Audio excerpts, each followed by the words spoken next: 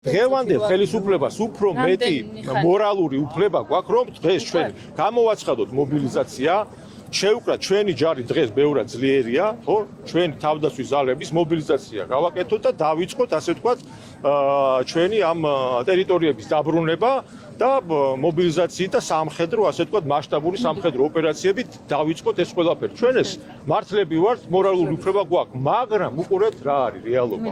რომ ამას რა შეიძლება მოყვეს, ამის გაფიქრება და გააზრება, როცა არ შეგიძლია, ან იცი და დავალებას ასრულებ, რომ ამ ასეთ შედეგს რა შეიძლება მოყვეს და ამაზე აქვს აქცენტი, რომ აბა რა, ჩვენ მართლები ვიყავით და ჩვენ თან თვითონვე სცემენ პასუხს რას, უყურეთ ჩვენ ტერიტორიაზე ომს ჩვენ როგორ დავიწყებდით, ხო? ეს გააკეთა სააკაშვილმა ამის. დიახ, სააკაშვილმა უარესი მანამდე არ იბომბებოდა ქართული სოფლები? უარესი გააკეთა და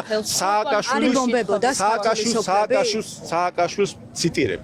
თქვენ საპასუხოდ სააკაშვილს ციტირებ ეხლა, რომ დიახ, მე მივიღე გადაწყვეტილება, რომ აღმედგინა, ასე ვთქვათ, კონსტიტუციური წესრიგი და შევსულიყავით. ქართული სოფლები იბომბებოდა, ბატონო მიხეილ, 7-ში რა ხდებოდა, გახსოვთ, 6-ში, 5-ში, 4-ში? რეზოლუციაზე რო იყო საუბარი, რეზოლუციაში რა წერია, რომ ფართო მასშტაბიანი სამხედრო, საომარი მოქმედებები დაიწყო ქართულმა მხარემ, სააკაშვილის ხელისუფლებამ და ამაზე ქვეყნის დადანაშაულება. ეს არ არის ქვეყნის დადანაშაულება ამის თმაგე. ეს განახორციელა ნაციონალურმა მოძრაობამ და ხელი მოაწერა ამას, რომ მათ დაიწყეს ფართო მასშტაბიანი სამხედრო მოქმედებები ცხინვალის რეგიონში. სწორედ ესეთი მიამიტური დასმა კითხვის, რომ ომი ვინ დაიწყო, სწორედ ეს იმას გულისხმობს, რომ ჩვენ ბოლომდე არ გქონდეს გააზრებული და გამოძიებული მათი დანაშაულის შესახებ, რომ მათმა უგუნურმა ქმედებებმა გამოიწვია ის, რომ ჩვენ დავკარგეთ დამატებით 120 სოფელი. შინდისის ბიჭების გმირობის შემდეგ